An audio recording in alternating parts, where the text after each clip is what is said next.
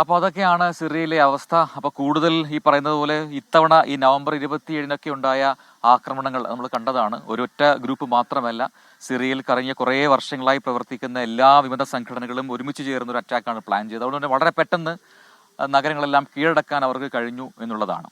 അപ്പോൾ എങ്ങനെയാണ് ലോകരാജ്യങ്ങൾ ഇതിനെ നോക്കിക്കാണുന്നത് എന്നത് ഏറ്റവും പ്രധാനപ്പെട്ട കാര്യമാണ്. അമേരിക്കയിൽ തന്നെ രണ്ട് അഭിപ്രായങ്ങൾ ഇതുമായി ബന്ധപ്പെട്ടുകൊണ്ട് ഉണ്ടാകുന്നുണ്ട് എന്ന സംശയങ്ങളൊക്കെ ബലപ്പെടുന്നു. അപ്പോൾ അത് നമുക്ക് ചോദിക്കാൻ മറ്റാരുമില്ല, നമ്മുടെ ന്യൂജേഴ്സിയിലെ മധു കൊട്ടാരക്കരയാണ് ചേരുന്നത്. മധു, ഗുഡ് ഈവനിംഗ് ആണ് അവിടെ. അപ്പോൾ വെരി വെരി ഗുഡ് ഈവനിംഗ്. നമ്മളൊരു മോർണിംഗ് വാക്കിലാണ്. അതെ, ഞങ്ങൾ മോർണിംഗ് വാക്കിലാണ്. ഇവിടെ സുപ്രഭാതം പൊട്ടി വിടന്നുകൊണ്ടിരിക്കുകയാണ്. പക്ഷെ സിറിയയിൽ കാര്യങ്ങൾ അത്ര നല്ലതല്ല. പക്ഷെ അതിലും പ്രധാനം ഈ അമേരിക്കൻ പ്രസിഡന്റ് ജോ ബൈഡനും നിയുക്ത പ്രസിഡന്റ് ട്രംപും എടുത്തിരിക്കുന്ന നയങ്ങളാണ്. സമാധാനം എവിടെയും പുനഃസ്ഥാപിക്കും എന്ന വാഗ്ദാനം നൽകിയിരിക്കുന്ന ട്രംപ് എന്തുകൊണ്ടാണ് ഈ ഒരു വിഷയത്തിൽ അമേരിക്ക ഇതിൽ ഇടപെടരുത് എന്ന് പറയുന്നത്? അപ്പൊ ഏത് രീതിയിലായിരിക്കും അവിടെ ഒരു സമാധാനം ഉണ്ടാകുക? അല്ലെങ്കിൽ ആ ഭരണകൂടം അവരെ അഭിനന്ദിക്കുന്നുമുണ്ടല്ലോ ജനങ്ങളെ. Good morning Christina Prajin. നേരത്തെ നമ്മൾ ഇന്റർനാഷണൽ ഡെസ്കിൽ നിന്ന് പറഞ്ഞതുപോലെ സ്ഥാനഭ്രഷ്ടനാകപ്പെട്ട Syrian president Bashar al Assad കുടുംബത്തോടൊപ്പം മോസ്കോയിൽ എത്തിയിട്ടുണ്ടെന്നാണ് ഏറ്റവും ഒടുവിൽ ലഭിക്കുന്ന റിപ്പോർട്ടുകൾ.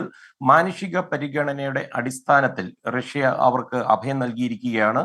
വിമത പോരാളികൾ ഡമാസ്കസിലേക്ക് ഇരച്ചു കയറിയതിനെ തുടർന്ന് സിറിയയിൽ നിന്ന് രക്ഷപ്പെടുകയായിരുന്നു ഈ പ്രസിഡന്റ് കുടുംബവും. സമാധാനപരമായ അധികാര കൈമാറ്റത്തിന് ഉത്തരവിട്ടതിന് ശേഷമാണ് അൽ അസാദ് റഷ്യയിലേക്ക് കുടുംബമായി എത്തിയതെന്നാണ് റഷ്യയുടെ വിദേശകാര്യ മന്ത്രാലയം പറയുന്നത്.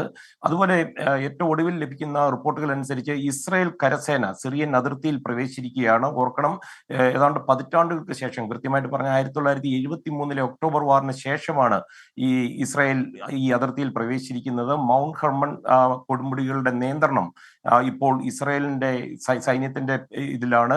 സിറിയയിലെ വിമതരുടെ പ്രക്ഷോഭത്തിൽ അമേരിക്കയുടെ പ്രതികരണവും വന്നിട്ടുണ്ട്. അൽ അസാദിന്റെ വീഴ്ച സിറിയൻ ജനതയ്ക്ക് ലഭിച്ച ഏറ്റവും നല്ലൊരു സുവർണ അവസരമെന്നാണ് ഇന്ന് അല്പസമയം മുമ്പ് അമേരിക്കൻ ജനതയെ അഭിസംബോധന ചെയ്ത് സംസാരിക്കുമ്പോൾ US പ്രസിഡന്റ് ജോ ബൈഡൻ പറഞ്ഞത്. അസദ് ഭരണകൂടം അക്ഷരാർത്ഥത്തിൽ ലക്ഷക്കണക്കിന് നിരപരാധികളായ സിറിയക്കാരെ ക്രൂരമായി പീഡിപ്പിക്കുകയായിരുന്നെന്നാണ് ജോ ബൈഡൻ പറയുന്നത്. അതേസമയം ജോ ബൈഡന്റെ ഒരു മുന്നറിയിപ്പ് കൂടി വരുന്നുണ്ട്. ഇത് അപകടത്തിന്റെ ഒരു നിമിഷം കൂടിയാണ്. ഏതെങ്കിലും ഒരു ഭീഷണി സിറിയയുടെ ഭാഗത്തു നിന്നുണ്ടായാൽ ജോർദൻ, ലെബനൻ, ഇറാഖ്, ഇസ്രായേൽ എന്നിവയുൾപ്പെടെയുള്ള അയൽ രാജ്യങ്ങളെ അമേരിക്ക പിന്തുണയ്ക്കുമെന്നാണ് അല്പമണിക്കൂറുകൾക്ക് മുമ്പ് ബൈഡൻ പറഞ്ഞത്. നേരത്തെ കൃഷ്ണ ചോദിച്ച ചോദ്യം, ഈ രണ്ട് പുതിയ പ്രസിഡന്റും ജോ ബൈഡനും തമ്മിൽ എന്തെങ്കിലും വ്യത്യാസമുണ്ടോ എന്നാണ്. സിറിയയിൽ അമേരിക്കക്കാരുടെ സുരക്ഷയെക്കുറിച്ച് ഈ ദേശീയ സുരക്ഷാ ഉദ്യോഗസ്ഥരുമായിട്ട് ചർച്ചയൊക്കെ നടത്തിയിട്ടാണ് ബൈഡന്റെ പ്രസ്താവന വന്നത്. എന്നാൽ സിറിയ മുഴുവൻ കുഴപ്പമാണെന്നാണ് ഡൊണാൾഡ് ട്രംപ് പറയുന്നത്. സിറിയ അമേരിക്കയുടെ ഒരു സുഹൃത്തേയല്ല.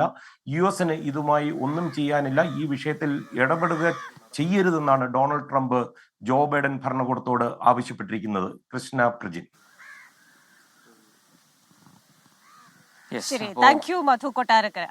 അപ്പോ ഈ പറയുന്നത് പോലെ സിറിയയുടെ ഒരു ഭൂമിശാസ്ത്രപരമായ പ്രത്യേകതയും അതാണ്. അവിടെ ഈ പറയുന്നത് പോലെ സർക്കാരിന് സ്വാധീനമുള്ള ഒരു വലിയ മേഖലയുണ്ട്. പക്ഷേ ഈ അതിർത്തിയിലൊക്കെ വന്നു കഴിഞ്ഞാൽ പല ടൈപ്പിലുള്ള വിമത ഗ്രൂപ്പുകളാണ് അധികാരം പിടിച്ചിരിക്കുന്നത്. അവർക്കാണ് അവിടെ മേധാവിത്വമുള്ളത്. പക്ഷെ വർഷങ്ങളായി സിറിയൻ ജനത അനുഭവിക്കുന്ന പ്രശ്നങ്ങൾ 2011 ഏകദേശം 60 ലക്ഷത്തോളം പേർക്കാണ് ജീവൻ നഷ്ടമായത്. അപ്പോൾ അത്തരത്തിലൊന്നും ഇനിയും സംഭവിക്കാതിരിക്കട്ടെ, എല്ലായിടത്തും സമാധാനം വരട്ടെ എന്ന് പുലർച്ചയിൽ ആഗ്രഹിക്കുക. ഇതിപ്പോ കണ്ടില്ലേ, കാരണം അവിടുന്ന് നേരത്തെയുള്ള ആൾക്കാർ മാറിയപ്പോൾ പല ആൾക്കാരും രാജ്യത്തിന് പുറത്തുള്ള ആൾക്കാർ പോലും അകത്തേക്ക് ഇസ്രായേലിനെ പോലുള്ള രാജ്യങ്ങളിൽ നിന്നുള്ള ആൾക്കാർ കടന്നു കയറാൻ ശ്രമിക്കുന്നുള്ളതാണ്. അപ്പോൾ എന്താണ് അവിടെ ഇനി വരും ദിവസങ്ങളിൽ സംഭവിക്കുക എന്നുള്ളത് നമുക്ക് അല്പം ആകാംക്ഷയോടെയാണ് നോക്കിക്കാണേണ്ടത്, അല്ലേ?